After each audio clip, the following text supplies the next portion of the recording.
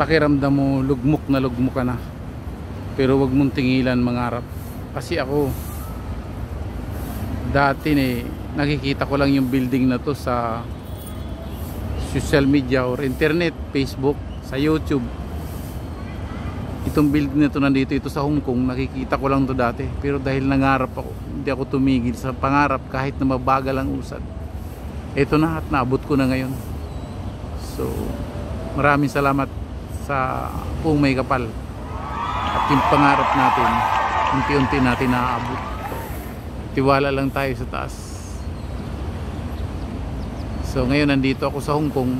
Ito na yung building na nakikita ko noon. Ngayon pwede mo na hawakan. So pupunta tayo sa baba nito sa puno, para ito talaga yung pangarap ko na marating kung mga panahon na pag ako nakarating ng Hong Kong. Yung building na yan kasi ang sikat sa mga picture dito sa Hong Kong, yung mataas na yan. So ayan, pupunta tayo sa gilid niya at tayo yung magmamano. So ayan yung paikot dito sa bandang sentral ng Hong Kong. Ayan.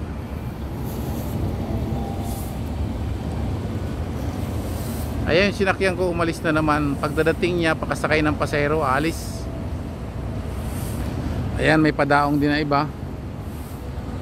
So itong mga kanto-kanto na yan, may kanya-kanyang biyahe. Itong sinakyan ko kasi Central, tapos pagbalik mamaya Kowloon.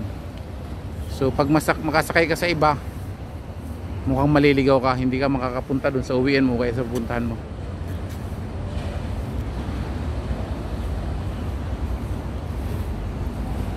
So ayan, nakita nyo na yung view dito sa Hong Kong.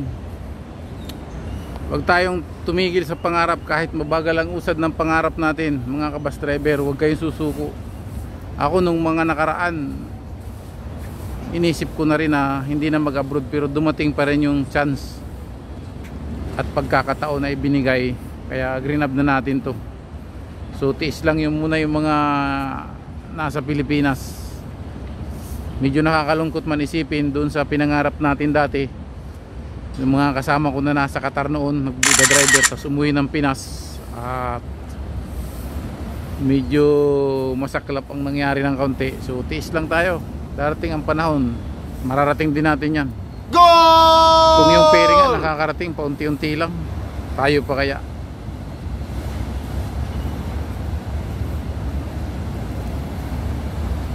So ayan, padaong na rin dito yung isang ferry.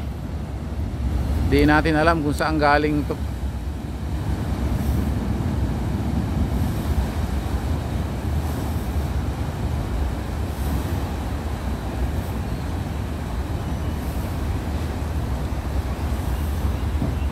So ulitin ko, tuloy lang ang pangarap, mabagal man ang usad.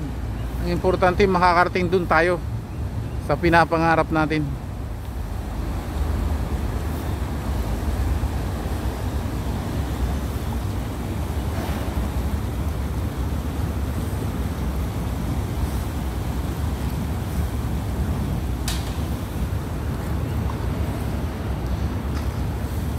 So ingat lagi sa pagmamaneho mga bus captain, or saan man kayo sa mundo ngayon nagdodrive.